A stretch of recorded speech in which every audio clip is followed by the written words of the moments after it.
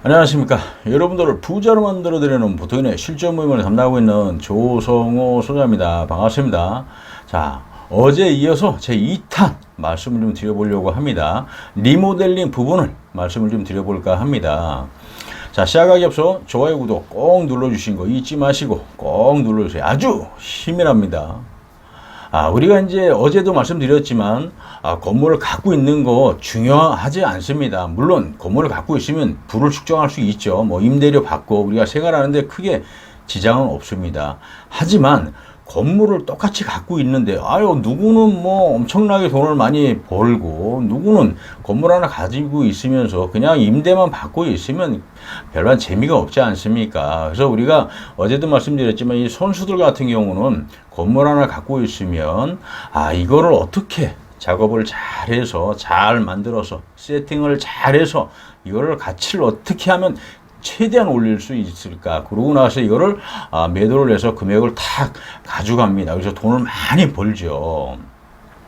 그런데 대부분의 사람들이 건물 하나 갖고 있으면 그냥 거기에서 임대 수익 좀 받아들이면서 편안하게 노후를 준비하는 어떤 그런 정도로만 우리가 생각을 합니다. 근데 우리가 이 마인드 자체, 이 생각 자체를 좀 바꿀 필요는 있다. 자, 어쨌든 우리가 이 부동산이라는 거는 소유하고 있는 동안에는 사실 크게 재미를 못 보죠. 결국은 매도를 했을 경우에 그 수익이 창출이 되는 겁니다. 자, 이런 걸 우리가 보고 남들은 돈을 잘 버는데 나는 왜 못 벌지? 이런 부분에 아주 생각을 좀 깊이 좀 해보실 필요는 있어요.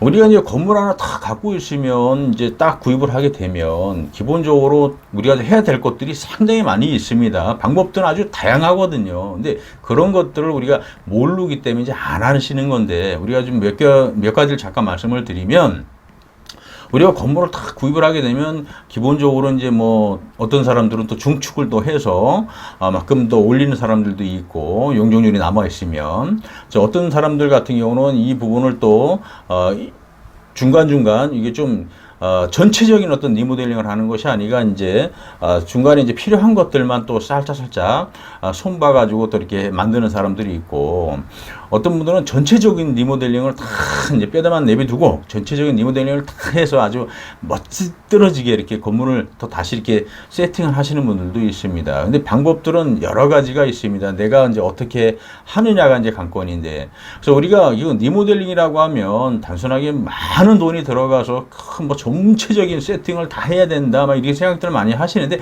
전혀 그렇지는 않거든요. 방법들은 여러 가지가 있는데 하나의 부분으로 해서 우리가 뭐 몇백만 원 들어서 몇천만 원까지 뭐 몇 억까지 이런 차이점은 있어요. 거기에 돈에 따라서 어떤 뭐 건물의 어떤 가치는 좀 더 차이가 있고 좀 틀려지겠죠.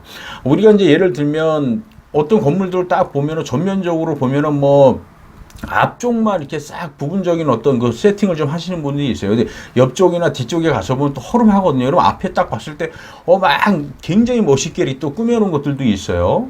그리고 또 보면은 그 내부적으로만 또 이렇게 기본적으로 좀 깨끗하게 수리를 하시는 분들이 좀 있거든요. 뭐 그런 것도 좋죠. 하지만 내가 이제 그 건물의 가치를 좀 상승시키려야 되는 부분들이 있는데 그런 부분들이 어쨌든 간에 남들이 볼 때 좋아 보이고 깨끗해 보이고 이 집은 나름대로 우리가 이제 유명한 지역들 우리가 좀 딱 가보면 그런 데서 우리가 방법을 찾는 겁니다. 그래서 또 가보면은 뭐 전체적인 리모델링 한 데도 있지만 아니면 앞면만 또 리모델링을 살짝 해서 만들어 놓은 데도 있고 그런데 앞면을 했는데 굉장히 멋있게 남들이 봐도 아주 호감 가게끔 좋게끔 그러다 보니까 임차인들도 또 들어와서 있는 경우도 있고 그리고 또 옆쪽 뭐 앞쪽만 해가지고서 또 세팅을 잘 하는데 아니면 칠만 또 멋지게 또 한 집들도 있고 그러니까 이런 방법들은 우리가 이제 연구를 해야 되는 거죠. 뭐 제가 여기서 구체적으로 막 세세하게 다 말씀을 드릴 수는 없지만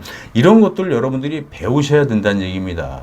건물을 갖고 있으면서 내가 어떻게 하면 이 건물을 최대한 끌어올려서 남들 눈에도 되게 좋게 보이게 만들 것인지 이런 것들은 내가 그냥 책만 보고 내가 머릿속으로만 막 구상한다고 되는 것이 아니라 발품을 많이 파셔야 돼요. 발품 많이 팔면서 여러 군데를 다니면서 그 지역에 있는 뭐 건물, 이쁜 건물들 다 보고 어떻게 구조를 또 어떻게 짰는지, 그리고 어떻게 그 리모델링이나 어떤 이 세팅을 했는지, 이런 것들을 우리가 좀 사진 찍어 보면서 다 세세하게 보시게 되면 아주 굉장히 큰 도움이 될 거라고 저는 생각하거든요. 왜냐하면 그런 지역에 가서 그 건물들 막 리모델링 해놓은 거 깨끗하게 수리해 놓고 이런 것들 보게 되면 굉장히 시야가 넓어지거든요. 우리 가서 보게 되면은 뭐 지하 1층, 2층까지 그 상업시설로 돼 있고, 예를 들어서 상가로.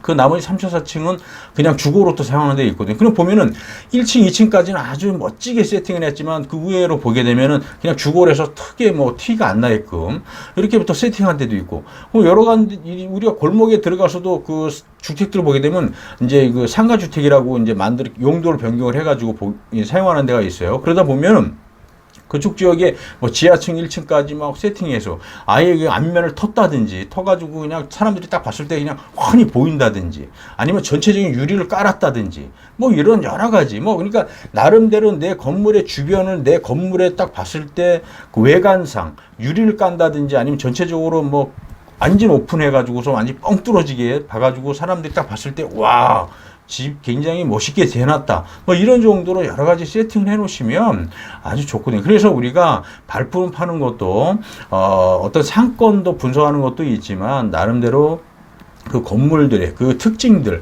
그 지역마다 다 틀리거든요. 또 해놓은 것들이. 그러면은 그런 것들을 우리가 보러 다니면서 구경하면서, 야, 이거를 내가 내 건물의 접목을 어떻게 시키면 좋을까? 이런 것들에 대한 연구를 하기 위해서도 우리가 발품을 많이 파셔야 된다는 얘기입니다. 단순하게 건물 하나씩 갖고 이제 딱 있으면 안 돼요. 우리가 보게 되면은 우리 지역도, 사시는 지역을 한번 보세요. 똑같은 건물이 있지만 어떤 건물은 우리가 봤을 때 되게 멋있고, 그 집에 막 커피숍을 하는데, 카페를 운영하는데도 되게 사람들이 많고 멋있게 되어 있잖아요. 좀 뭐 분위기 좀 있고. 근데 옆에 건물은 그냥 허름하고 그냥 특별한 것도 없어요. 그러면은 그 집에 누가 가겠습니까? 이제 이런 거라고 생각하시면 될 것 같아요. 그래서 이런 여러 가지들을 보면서 우리가 그런 부분에 대한 걸, 내가 좋은 것들만 다 갖고 와서 내 건물에 어떻게 이걸 적용을 시켜서 내가 어떻게 만들까. 그렇게 해놓는다라고 하면 그 임차인들, 그렇게 들어오고 싶어 하는 분들이 많을 거라고 저는 생각합니다. 그래서 이제는 건물을 갖고 있는 게 중요한 게 아니라, 이제는 건물을 갖고 있지만 내가 어떤 개발이라든지 세팅이라든지 이런 걸 잘해야 이제는 살아남을 수 있다는 얘기입니다. 이제는 건물을 갖고 있다고 부자가 아니고, 얼마만큼 내 건물을 잘 관리하고 만들고 하느냐에 따라서 그 부는 지금 10억에서 20억이 될 수 있고, 30억이 될 수 있고, 40억이 될 수 있습니다. 하지만 20억이 15억이 될 수도 있다, 10억이 될 수도 있다는 얘기입니다. 그만큼 관리를 잘 하셔야 된다는 얘기입니다. 우리가 뭐 지방에 사시는 분들이 뭐 서울 쪽에 건물 하나 사놓고 관리 안 하고 누구한테 맡겨놓고 대충 하시는 분들이 있는데, 이거 절대 맡겨놓더라도 내가 자주 와서 그런 부분을 보면서 이 건물을 어떻게 세팅을 잘 해서 남들 눈에 아주 멋들어지게 만들었을 때 10억짜리가 20억이 되는 겁니다. 내 눈에도 좋아 보이면 남들 눈에도 좋아 보인다. 그런 건물을 우리가 소유하고 있어야 이제 앞으로 매도를 할 때도 돈을 벌 수 있는 거지. 그런 건물이 아니면 허름하고 뭐 개판이면 누가 그 건물 돈 많이 주고 사겠습니까? 좋은 지역이 있어서, 절대 그러지 않습니다. 좋은 지역에 있어도 그 주위가 사람들이 많이 꼬이고 내 건물에 장사도 잘 되고 해야 가격도 높게 받을 수 있는 겁니다. 여러분들 이거 기억하시고, 여러분들 이런 노하우, 이런 방법을 잘 배우셔야 됩니다. 이제는 건물 갖고 있는 게 장땡이 아니라 공부하고 노력을 해야 됩니다. 자, 오늘은 여기서 설명을 좀 마쳐볼까 하고요. 인터넷상에 부태연이라고 치면 아주 좋은 정보가 계속 올 거니까 여러분들 꼭 들어오시는 거 잊지 마시고요. 자, 오늘은 여기서 설명을 좀 마쳐볼까 합니다. 감사합니다.